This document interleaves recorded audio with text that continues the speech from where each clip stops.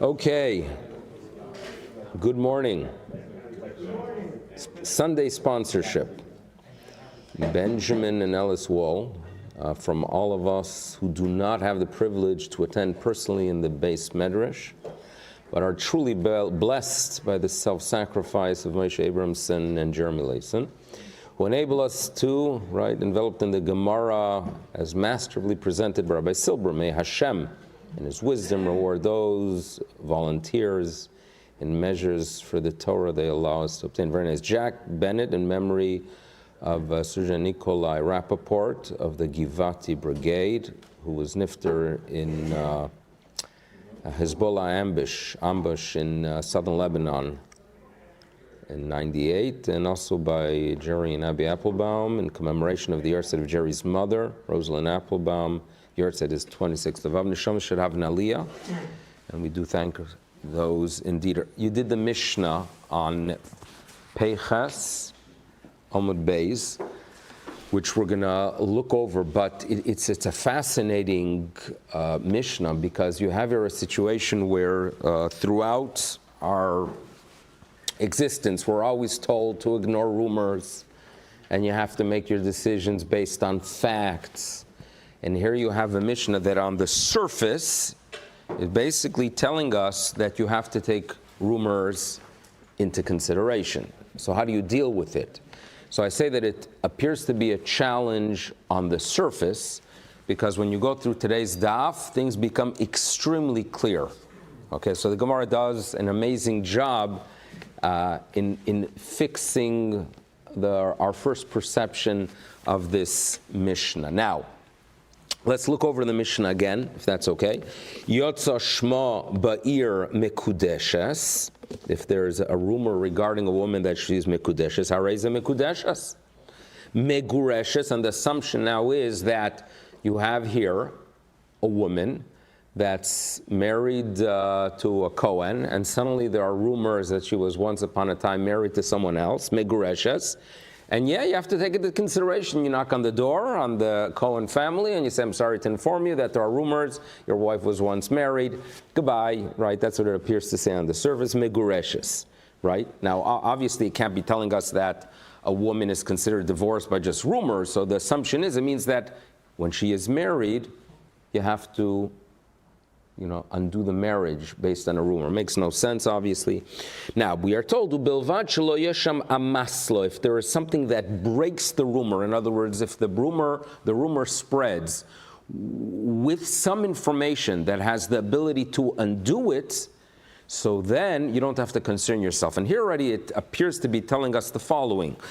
The concern for a rumor is that people, human nature is such that they take the rumor as a fact, and then if it is ignored, people are going to assume that the halach is ignored. In other words, if let's say there's a rumor, a woman, yeah, she's married, and then next thing you know, she's marrying someone else. What's going to happen? People are going to make an assumption that, this marriage thing that the rabbis came up with, it's not so serious. So it's a concern that you're going to impact the law and not think through the facts.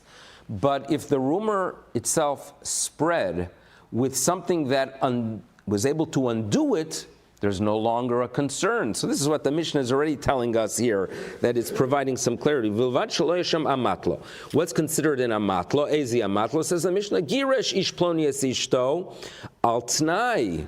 Okay, that there was some kind of stipulation. So then, in other words, if the rumors are spreading that this woman, was divorced, but there was a stipulation that she has to provide something, so if it's ignored, they're going to assume that the t'nai was not fulfilled, so they could work it out. And so to Kiddushin, it was Safek Korav Lo. We had already the situation that that the money or whatever he presents her was thrown to her.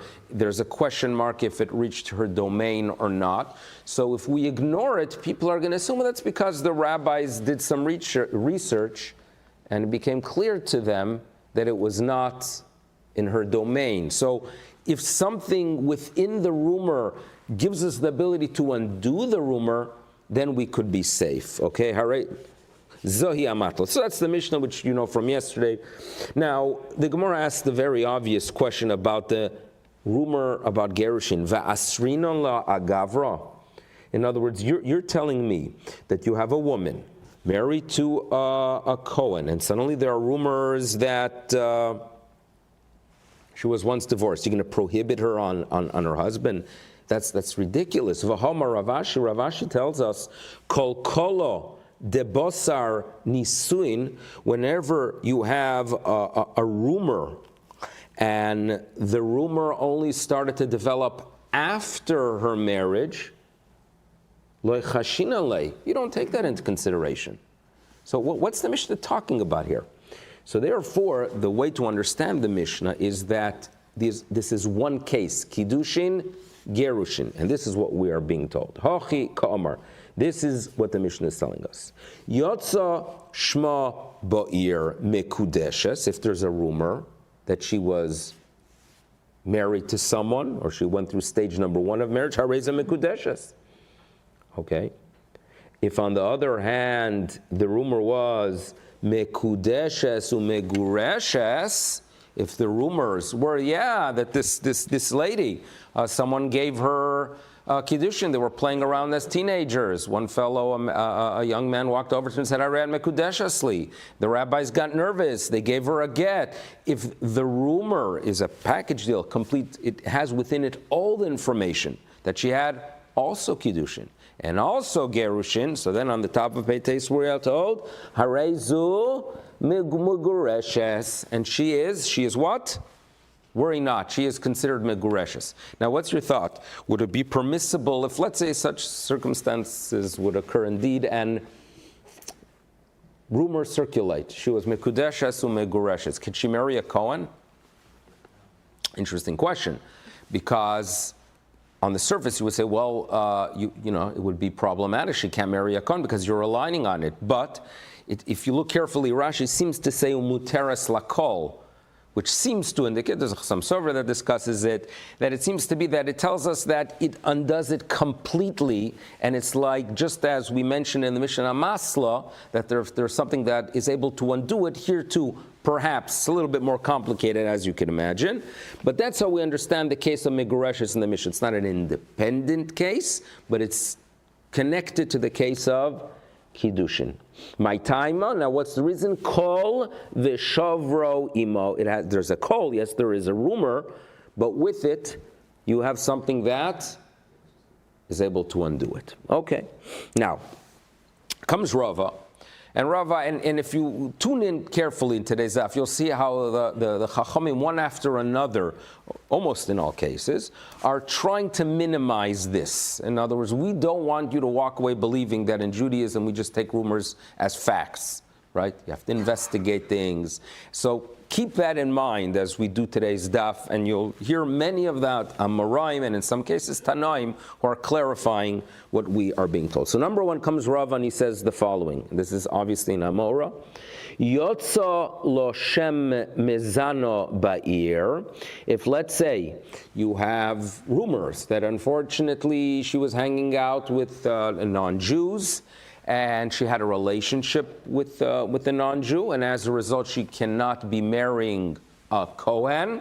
So there are rumors. Says Rava, Ein chosheshin lo. Concern yourself not. You could ignore it. That's the halacha. My taima. What's the reason? Because you could assume that all they saw was perhaps behavior that is not within the norm, right? Perhaps the behavior was problematic, but not to such an extent that there was actually a relationship. So here we are, Rava clarifies his statement. My taima, what's the reason? Pritzusa ba'alma, some pritzut, some breaking of boundaries. Every society, obviously, you have to assess what's considered a pritzut, right? It's not objective. In other words, the behavior that would be acceptable perhaps in Baltimore would be maybe problematic in Masharm. I think you would agree that every society, and you have to respect what a society. If you land up in Monroe, Kiryas Yoel, you have to be aware of the practices there. So like you are breaking a boundary, and every community has their boundaries, and it doesn't mean one's right and one's wrong, just something to be aware of. Pritzusa Ba'alma, they saw that she was breaching boundaries. Hudechazula, that's what they saw. In other words, they saw that she was breaching a boundary. And perhaps the people who saw it come from a place that it's not the norm. And that's how the rumors started. That's what Rava. So Rava tells us, do not take a rumor. Do not take a kol that a woman's mizana as a fact. And she could marry even a Kohen. And we're going to say that, by the way, Kitanoi, we're going to present here 3 Tanoim, and one of them matches Rava. Which one? So let's tune in, Kitanoi. Ochla bashuk. Okay, so what's the case? A woman is eating in the marketplace in a location where this is not the norm. Gir gira bashuk. In other words, she showed her garon. And if there's a community, they have the custom of perhaps covering that area, or perhaps she extended it beyond the norm. So rumors start. Gir gira bashuk. Heniko bashuk. She nursed in the marketplace. Okay? All these things are, in some communities, seem to be problematic. Bekulon Rameir Omer Teitzeh. So comes Rameir, opinion number 1, and he says, that's it. She has a reputation, a problematic reputation, and we could assume that it's talking about in a situation that she's married to a Kohen. You find out that beforehand. Rameir says, Teitzeh, the marriage needs to be put to an end. So obviously Rava is not following what Rameir says. Opinion number 2, Rabbi Akiva Omer, no. When do you start taking rumors into consideration? Mesheyisu veitnu, when you have conversations between the muzarot balevana. When the muzarot balevana are having conversations about women, if you want to find out what's happening, right, you have to join the chat group of the muzarot balevana, and then you'll know exactly what's happening. Who are these muzarot balevana? So Rashi points out that these were women who would go out at night, and they would be weaving, and they schmooze there. And all the rumors of town, you want to find out what's happening in town? That's the right place to be, like the sheitel machers, perhaps, right? That's where the conversation, that's where you find out everything. Comes Rabbi Akiva and he says, you want to know what's happening, and you want to know when there's a problem? When the conversations reach the muzarot balvana. Now, Rava seems not to be following that school, because Rava tells us, Shemezana Ba'ir, Ein Choshishim. So who's Rava following? Omar Lo Rabbi Yochanan ben Nuri. So Rabbi Yochanan ben Nuri says, come on. Im can, if you're going to start taking into consideration what's being discussed there, Lo hinachto bas leAvram Avinu sheyosheves tachas balo. All marriages are going to come to an end. You start relying on these rumors. You're not going to allow a daughter of Avram Avinu to remain under a husband. And come on, open the Torah. Torah Amra. Look at the language of the Torah. When, indeed, is there a need for a divorce? Kimotzabo ervas dovar, right? It has to be that there's a matter that relates to arayos, to morality. And the word dover is a key to teach us that it's not just based on rumors, later on when we address the topic of testimony. Alpi shnaim edim, alpi shlosha edim. You need 2, and in some cases 3, or perhaps to tell us that 2 are like 3, as we know. Yokum davar, and here's the key. The word davar appears regarding testimony. The word davar appears regarding arayos, immorality, so therefore it has to be malaholon davar barur. When are you going to go ahead and impact the marriage of a bas of Avram Avinu? When it's a davar barur, when it's clear. Testimony, afkan davar barur. Okay? So you have Rava. Rava you get the idea what the direction of this daf is. Rava is telling us, come on, don't take a rumor into consideration. Yochanan ben Nuri is very, very clear, and that is the halacha. And now we're going to provide again another list from perhaps another Bais Midrash that makes it very, very clear.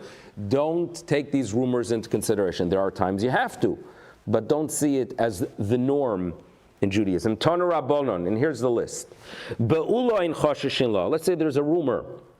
And Rashi understands this to mean that there's a young lady that wants to marry the Kohen Gadol, and there's a rumor that she once had a relationship, and the Kohen Gadol has to marry a Besula.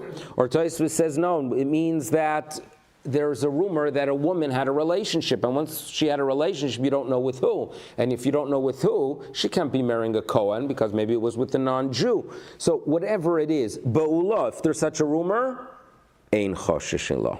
Okay. Now there are those who have a girsa chalutza in chotzla. If there's a rumor that she had chalitza, don't worry about it. Don't take it into consideration. Nesua ein choshishin la. So too, if there is a rumor regarding a young lady that she's already married to someone else, don't ein choshishin la. Arusa ein choshishin la. So too, if there's a rumor, a kol, she's arusa ein choshishin la. What about shalol leploni? In other words, that there are rumors that she is engaged, right? That she is already arusa, but not to the person that she's planning to marry, right? Niskachos ein choshishin lo. Be'ir acheres, if it occurred in a different city, that there's a rumor that, or Rashi learns that there's a rumor that she's getting married today, but in a different city. Do we take that in consideration? Ein choshishin lo. So to mamzeres in choshishin lo. There's a rumor that she's a mamzeres. Don't take that into consideration. Shivcha in choshishin lo. There is a rumor that she has the status of a shivcha in choshishin lo. Okay. Hikdish ploni nechosav. If let's say there's a fellow who has a stand and he's giving out drinks, and someone starts spreading a rumor, there's a rumor that it's hegdesh, ein choshishin lo, no problem. Hifkir ploni nechosav, ein choshishin lo. Don't take that into consideration if there's a rumor that the property of so and so is ownerless. Work with the norms. Don't take into consideration these rumors. Okay. Now comes Ula, and Ula, as one of the Amoraim, is going to tell us, you want to know when you take into consideration things? So let me tell you when you do, right? And what the Mishnah is talking about. And this is only going to be half of the story, but a very important half. Omar Ula.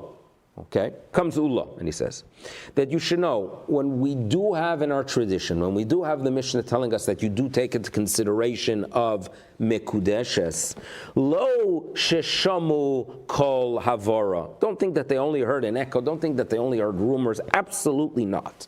But rather that there are facts that indicate that something is going to take place and something took place. What does that mean? Elokidei.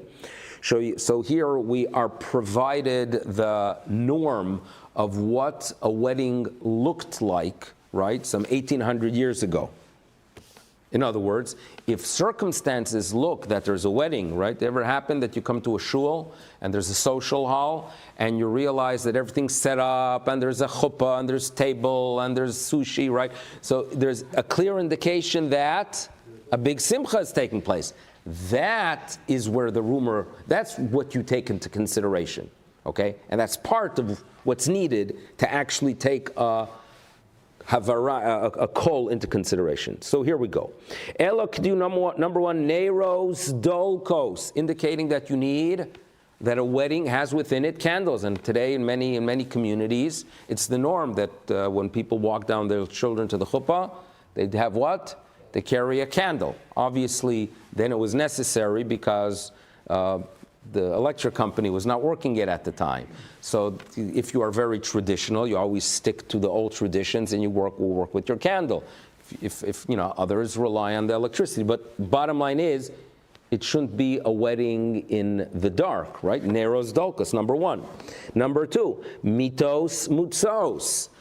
Beds served as couches. You would make your bed, right? If there was a big event, don't tell this to teenagers, that when there's a significant event, you would make the mitot, right? The couches that would be set up beautifully with nice linen. That's an indication that something big is going to occur. Ubnei adam nichnosim v'yotzim, and there are people going in and out, so you don't have to walk into the wedding hall to know that there was a wedding. Ve'omrim, and what do they say? Plonis, a specific woman, miskadeshes hayom.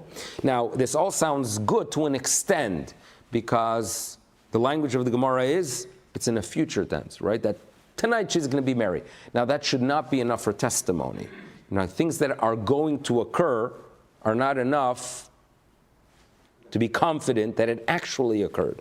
So the Gemara says, well, wait a second, miskadeshes. V'dilma lo ikatsha. How do you know? Maybe she got cold feet. So how do you know? Ema, so therefore we have to clarify it, and most probably what the Gemara is telling us is that there was a conversation about her getting married before, and then afterwards there are those that said, Taki, yes, fact is she did get married. Plonis niskacha hayom. Period. Now, Ula making it very, very clear, rumors are nothing. When do you take rumors into consideration? When there are facts that indicate that something took place. And we're going to see soon that it's very possible that even that is not enough, that you have to have some witnesses, right? You have to start, a wedding is a wedding, yes, but you need the Eidim. What about the Eidim? We'll see soon how they fit into the picture. Now, don't think that Ula is the only one that views it in this way. V'chen Tani Levi taught the same way. Lo sheishmu kol avora. No, and again, the Gemara is going to spell that out to make it very clear. This is what's needed. Ela k'tiv shiuneros dolkos. Okay, Levi says the same thing. Mitos mutzos. The couches made beautifully. V'noshim tovos laor haner, and you also have. He does add that you have the women, right, going, weaving or making the material necessary for the wedding. V'smei choslo, and they are happy there. V'omros, and what statement are they making? Plonis miskadeshes hayom. And the Gemara asks miskadeshes. Same question. V'dilam aloi katsha. Omar Rappaport. So Rappaport clarifies. Ema plonis niskatsha hayom. Same idea. Comes from Levi. Comes from Ula. Okay. There's no question that you have to have the facts. Next authority that presents it this way, Amar Rabba bar bar Chanam Rav Yochanan also, Lo sheshomu kol avora k'dei neros dolkos mitos mutzos bnei adam nichnasim miyomtzim. Right now, but he says the following: Amru davar. If they say that statement, if they say plonis niskacha, if that statement is uttered by the people coming in and out. Zehu kol. Then you have a kol. Loi omru davar. Now this is going to need some level of clarification. If they didn't say it, so what I would expect the Gemara to say now is, if they didn't say plonis niskacha, it's nothing. No, what does the Gemara say? Zehu amatla. Then you have a rumor with something that breaks it, which is, it's unclear. There's no rumor at all. If they're not saying anything, right? No one's saying here plonis niskacha. Maybe it's a mock wedding. Maybe it's a color war breakout wedding. How do you know that it's an actual? So the language here is a little bit problematic, right? And we're going to address it right now. Lo amru davar zeu amatlo. So Gemara asks, wait a second. Lo amru. If they didn't say anything. Ha v'haloi omru v'loi klum. They didn't say anything. But what are you talking about? So the Gemara is going to tell us the following: that you should know that there is an opinion that was circulating, and the rabbis felt that they have to say that we don't follow that opinion. What is that opinion? We know that the amatla, which is something that is able to undo a rumor, right? Is important, because a rumor that spreads with an amatla means that the rumor is nothing. What about if you have a situation that there is a rumor that circulates, and let's say, as we'll see soon, the Bais Din verifies that there's something to it, and then a few days later, people find out that there's an amatla. In other words, you have a situation that there's a rumor that a young lady got a kiddushin from another young man, okay, and it's circulating, and everyone's talking about it, and it reached the Bais Din. And the Bais Din does some investigations. And yes, they find out that there was such an issue. But then 5, 6, 7, 8 days later, they find out that yes, there was kiddushin, but he threw it towards her, and it wasn't clear that it was next to her. It could have been next to him. What happens if the amatla shows up later? That's the question. So there is an opinion that says, you know what, up until 10 days we could take it into consideration. That is known as the opinion of Rabba bar Rav Huna. Now, other authorities don't agree with him. And they say, listen, if it's a strong rumor and you want to undo it with an amatla, it has to be that the amatla, right, shows up immediately. And this is what's being addressed here. So listen to how the Gemara is going to analyze these words. That you should know the language of this brisa is here, la'afuke, to what? To exclude or to reject the opinion of Rabba bar Rav Huna. What does Rabba bar Rav Huna, de Omar, amatlo sha'amru, he, Rabba bar Rav Huna, believed that amatlo sha'amru afilu mikan ve'ad yud yomim, even if up until 10 days later you have the question mark on the rumor, you could take the question mark to undo the rumor. That's what he says. But what we are being told now in the name of Rav Yochanan, Kamash Malon, Lo Omru, when do you say that it's an amatlo? Hu dehave amatlo. In other words, if you go ahead and within the statement itself, you have something that is able to undo it, and it shows up immediately, then you have a matlo. Ha-omru, but if it's a clear-cut statement, right? If there's a clear-cut rumor, and no question marks on it, and only afterwards, a few days later, you have the question marks, in such a case, lo have a matlo. So therefore, it's an analysis of the language to go ahead and disprove the opinion of Rabba bar Rav Huna. Okay? Now, what we have up until this point is that to take a rumor into consideration, you have to have circumstantial evidence that the environment indicates that something happened. What we are being told now, what we're going to be told now, is that it has to be that there's testimony. And you could start tracing a paper trail. In other words, you could start finding out who were the witnesses and who did they hear it from, that you start tracking where did the rumor spread from. That's what sometimes, that's very, very logical, that when there's a rumor, you ask a person, who did you hear it from, okay? And you try to find the source, and then you find the source, and then you start asking some serious questions. That is how you could perhaps undo a rumor, or perhaps verify that the rumor has something to it. So here we're going to introduce a new angle. So angle number one was the circumstances. Angle number two is to put some research into the testimony itself. And here we go. Omar Rav Abba, Omar Rav Huna, Omar Rav. Okay, what are we going to be told? Lo sheshamu kol havara. Again, don't think that a rumor is based on what just being told. That is not the way we function. But rather, Elo, kidei sheyomru, that people say, ploni me'echan shama, that after some investigations, and as we'll see soon, it's the courts that do those investigations. So-and-so, who's spreading it? Where did he hear it from? Me-ploni, uploni, me-ploni, ubodkin v'holchin, and they continue tracing the source, ad shemagi'in ledovar haborur, until they've reached something that is clear. What's considered clear in halacha? Davar haborur is what? Edus Yeah, no, so the Gemara asked the question, wait a second, it can't be that you are tracing it to such an extent that you reach two witnesses and you find that two witnesses who are standing there under the chuppah and they say, yes, we were there. That can't be, because then it's not a rumor, then it's a fact. So this needs some level of clarification. Dover abor or edus ma'al yasahu, that's considered a bona fide testimony.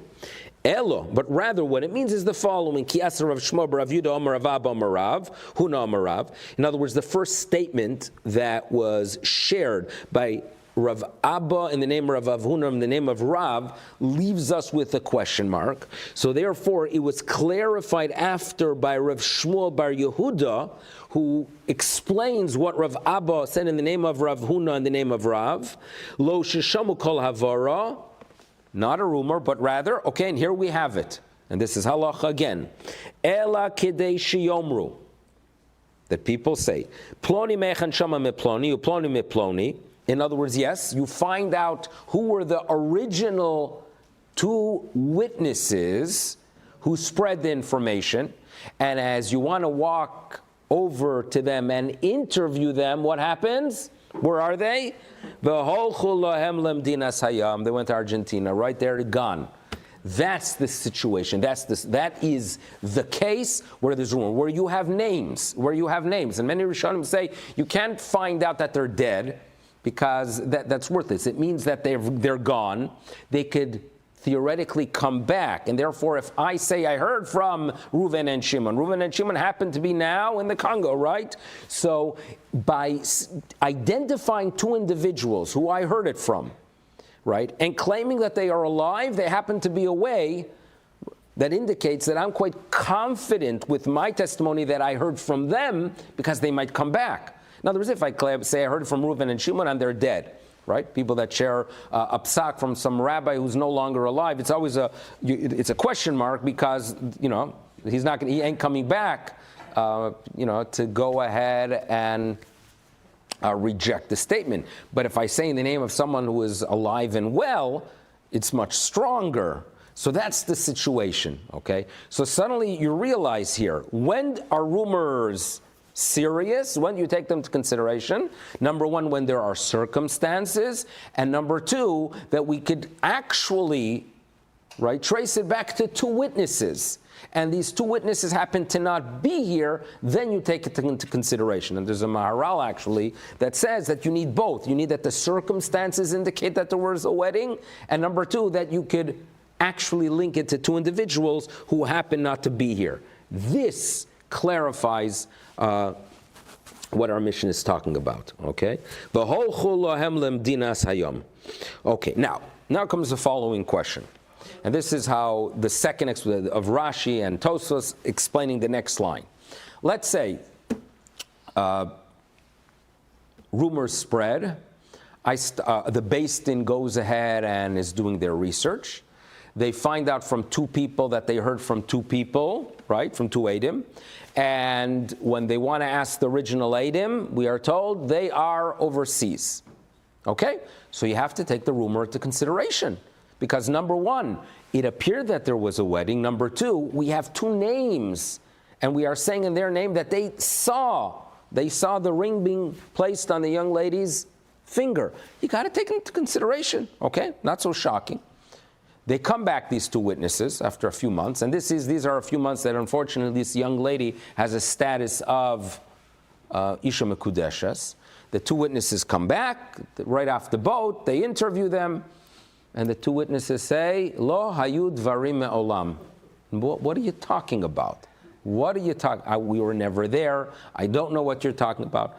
So now the problem is, we have a little bit of a problem, because throughout this community, there's a rumor, which in everyone's mind is a fact. So there is suddenly a fact that there's a young lady that is Mekudeshes. If you're going to go out and say, don't worry about it, anyone can marry her, what's going to happen?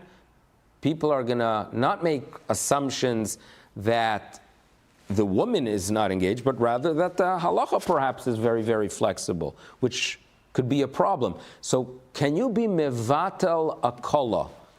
Okay? Does a Bais Din get up and say, the rumors are not true, right? Does that work? Sometimes one of the best ways, for a politician to make a rumor a fact is to get up and say, I'm no crook, right? In other words, you have to make such statements to indicate. So it's very, very sensitive here. So obviously you're going to have more than one way to look at it. Now, Omar le Abaye le Rav Yosef. So Abaye asked Rav Yosef. Let's say the two witnesses come back and they say, Lahadam lo hayu dvarim me'olam. Mevatlinan kala, olo mevatlinan. Ooh. Do you nullify? Do you not nullify? Okay. So Omar le, Rav Yosef says to him the following. Mida Omar Rav Chizda. Do you know Rav Chizda taught that this idea of rumors works with the same guidelines as testimony? And therefore, if you are working with the guidelines of testimony, just as with a testimony, when the witnesses say, we didn't see anything, there's no testimony, so too here, since Rav Chizda taught that the only way you take it into consideration is if there is testimony that it was heard from two actual witnesses, so you're following the guidelines of testimony. So therefore, just as if two witnesses come to court and they say, we didn't see anything, they didn't see anything, so too here, therefore, Shma Mino, you know what you could derive from here? And this is what the halach is, by the way, especially something that's rabbinic, Mevatlinan Kala, that in such a case, the court has the responsibility of getting up and notifying everyone that we've researched the matter and the rumors are not true. Mevatlinan Kala. And we don't have to concern ourselves that people are going to start questioning if religious law perhaps is extremely flexible, and we can ignore parts of it. Mevatlinan Kala. This is what we are told. This is what Rama Rutenberg tells us is the halacha. Abaye says to him, Amarle, Adraba, I could look at it in a different way. Mida Omer Rav Sheshes, Rav Sheshes taught afil mepinoshim. In others, there's a different school that rumors are to be taken into consideration, even if it is not from kosher edim, like women. Havikol shmamino, that would indicate that the guidelines are completely different. It's not it does not follow the guidelines of testimony, but rather it has its own set of laws. And if it has its own set of laws, you're not going to nullify it. So there are different schools here. And Rav Yosef says to him, you know what? You're right. You're right. Different communities had different practices. Omar lei asravasa ninu. There are different communities had different practices. So we're going to go here and visit the most prominent communities in Bavel at the time. Surah and Naharda'a, the city of Rav, and the city of Shmuel. And here we go. Besurah and the city of Rav, mevatlinan kala. They felt, that you have to be mevatel hakol. It could be, some of the Rishonim say, that it was also the nature of the city itself. That in some communities, they took rumors as facts. And therefore, the Bais Din has the achrayas, has the responsibility to go ahead and get up and proclaim it's not true. In other communities, what? They would only start spreading rumors if it has basis. So in such a community, lo mevatlin kalo. Okay, so that could be how it's understood. Besur mevatlin kalo, benahardo lo mevatlin kalo. Okay, so there are different schools. La halacha, as mentioned, we are mevatel kalo. And here we go. There was once a story of a woman, the ikacha, that there was a woman received kiddushin lebar bei Rav, to one of the students of the yeshiva. So they had to do some research. They call in the father of the young lady. Asya Rav Chama lavo. Rav Chama brings the father. Amale imali, please tell me, heiche have uvda. Give me all the details. Give me all the information. And this is after there's a rumor, and it appears that this was a strong rumor, either with circumstantial evidence, in addition to witnesses. Omar lay, and the father adds, and again, this is information that was not part of the rumor. It shows up later. And he says, al tnai kodesh. There was a tnai. Meaning, the young man gave the woman some item of value, said, Hareyat mekudeshesli, but I'm telling you now, even though you didn't hear it 5 days ago, that it was al t'nai. Adaita, that the intention was, delo ozil lebei chuzoi, that the chosin should not go to bei chuzoi, but the problem is, he went. Oh, so the father thought, okay, I'm providing here to the rabbi information that indicates that we could undo the rumor. Omar Lei said to him, that doesn't work. Kevan de Beidna, since that at the time, the Have Kolo, when the rumor spread, and it was a rumor that, had some merit to it, Lo Have Amatla, it was lacking the Amatla at the time. Lav Kol Kaminach, you do not have the power. De Machsak Amatla, your Amatla is no good, and therefore we have to take this into consideration. Now, another story, and this story will indicate that when there is within the original story some weakness, that weakness can be used to undo the rumor. Story number 2. There was a woman, that she was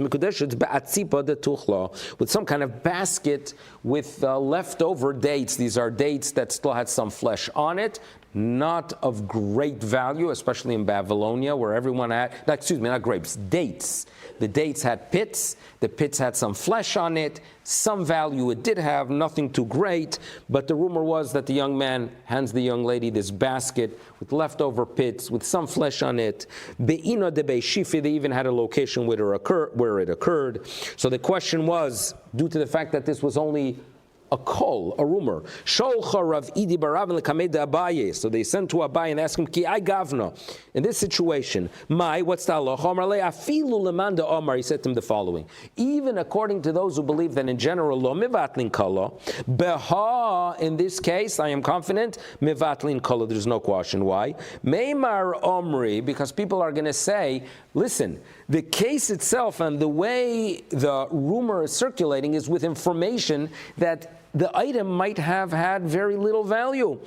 And therefore people are going to say, Inu b'rabbonim b'kiddusheh, the rabbis were ma'ayin, the rabbis looked into the details, and they found out, v'lo hava b'sheva pruta, and there was the value of the flesh on the pits of the date had so little to it, not very romantic obviously, but halachically there's no concern at all. So therefore, since it's not a shava pruta, it's not enough for a kiddushin.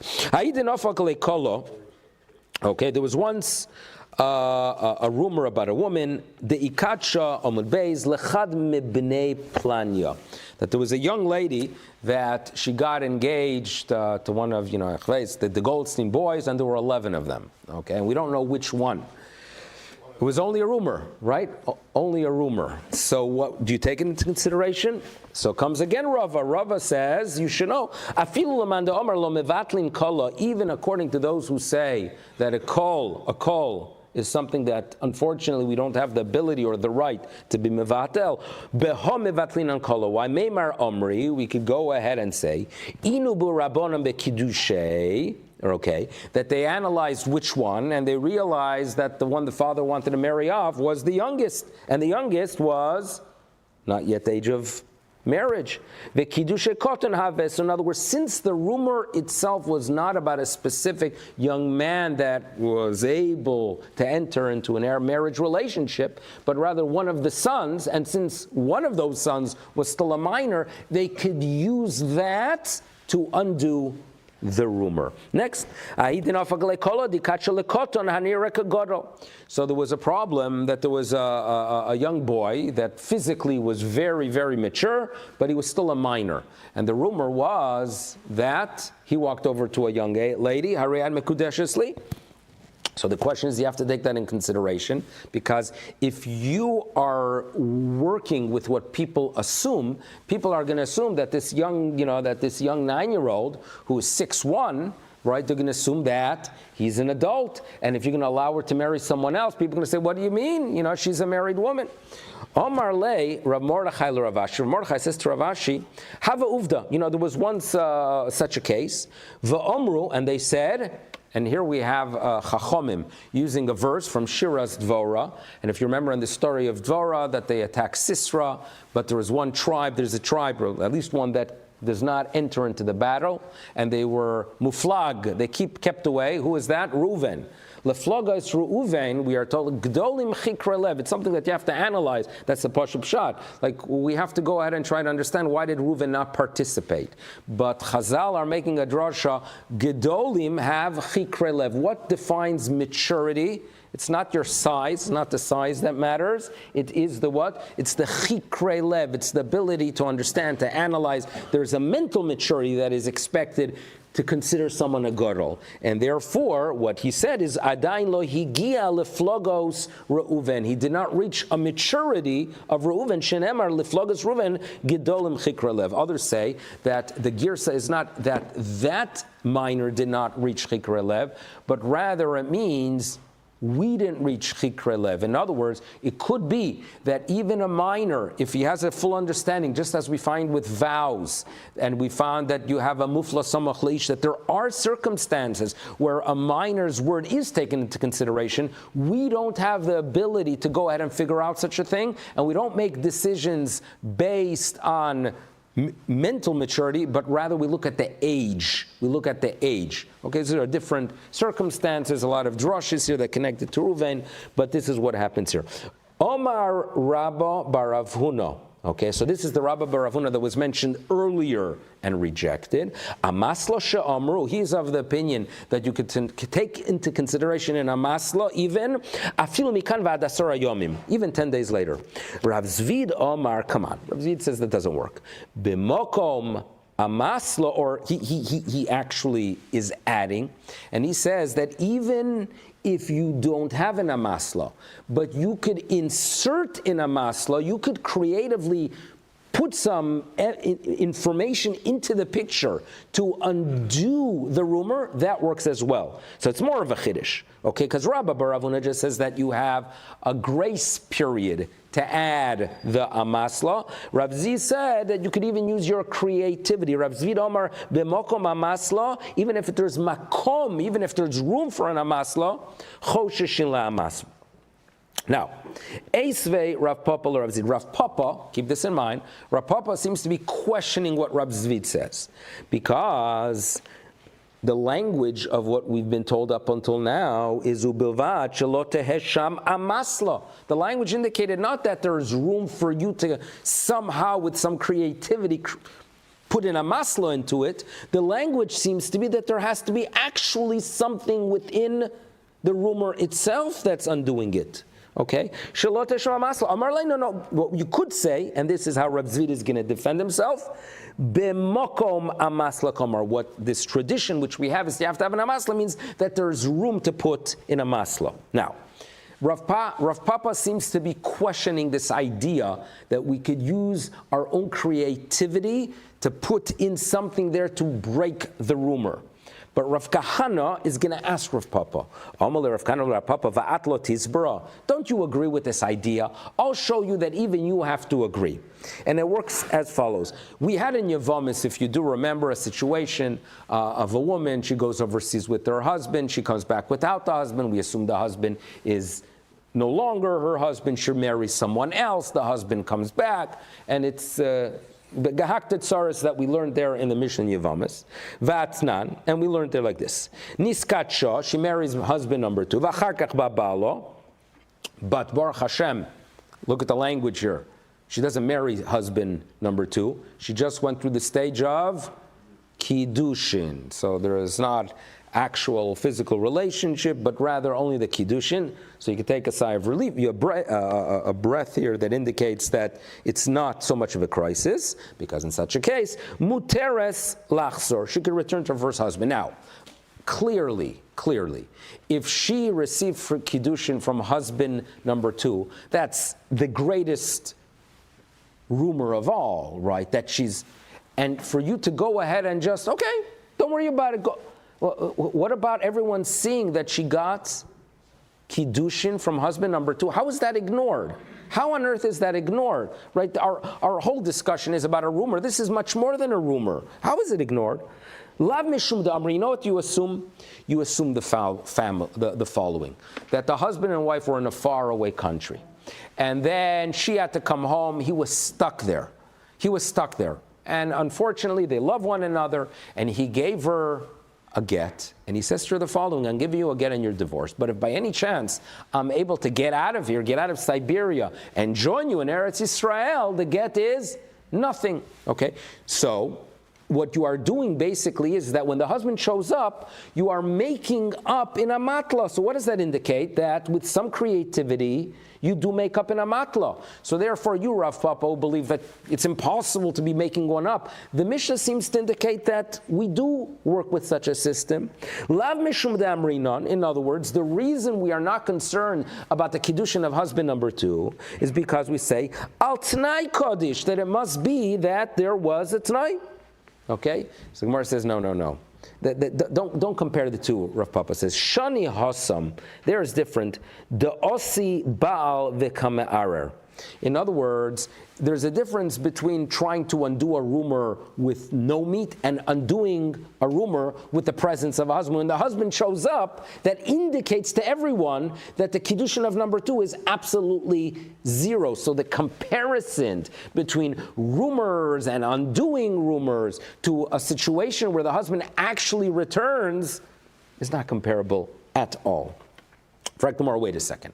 If you're telling me that when the husband shows up, you're able to undo everything, so why do we give an allowance for her to return to husband number 1 only if there was only kiddushin from husband number 2? Iachi nises nami. If so, even if she marries another husband, we'll know that it was a mistake and it was an onus. The Gemara says, no, nises, the ovra isura. In other words, for her to actually marry, right, another husband, and she has the responsibility of doing research that the first husband is no longer alive and she didn't do it. So in some ways, she violated what is expected from her. Kansur Rabbana, the rabbis penalized her. Niskacha, the law of the Yisrael, when there's kiddushin, which is not really a violation, so in such a case, loy kansur rabbanon. Okay. Ravashi says, Ravashi kol kolo de lo itchazek bebeidin alav kolo. So Ravashi adds, and this is something that we have to add to our list, when is it considered a call? Not by people just talking about it, but rather it has to be that the courts are the ones that look into it. Extremely important statement, and this is halacha. When is a rumor? When a Bais Din looked into it. Let's keep that in mind. V'omer Ravashi, so to Ravashi says, kolo de basar nisun lo chashin alei. If she already got married, ignore the kol. Even a court, they don't look into it. She's married, shalom al Yisrael. Now, Ravashi seems to indicate that had the basar isur and chashin alei, that if it's only after erusin, we would take into consideration. But Rav Chaviva Omer afilu de basar erusin nami lo chashin alei ve'ilchsan lahalach. Even after Erusin loy chashin. Okay. Omer le Rabbi Yirmiya bar Abba. So Rabbi Yirmiya bar Abba says Sholchul me bei Rav l'Shmuel. So from the Bais Midrash of Rav, most probably after the passing of Rav, his Talmudim had a question, and they sent to Shmuel. Now remember what cities we're talking about here. It's a question sent from Surah Tina Harda'a, from the city that is comfortable to be mevatel hakol to a city that does not mevatel hakol. Very interesting historically. Yilamdeinu Rabbeinu. They asked Shmuel the following question. Okay, let's say there's a rumor about that she is engaged to person number 1. And number 2 comes and he does it in front of witnesses. Kiddushay Torah. Ma'u, what's the halacha? So now comes the question, do we take into consideration the fact that there are rumors about husband number 1? Do we ignore it and just say that she's married to husband number 2? Shalach lu, so the response was teitzeh. You can't allow her to live with husband number 2. Ve'emidu hadovar al boryo, and try to research the matter. Now, what does that mean?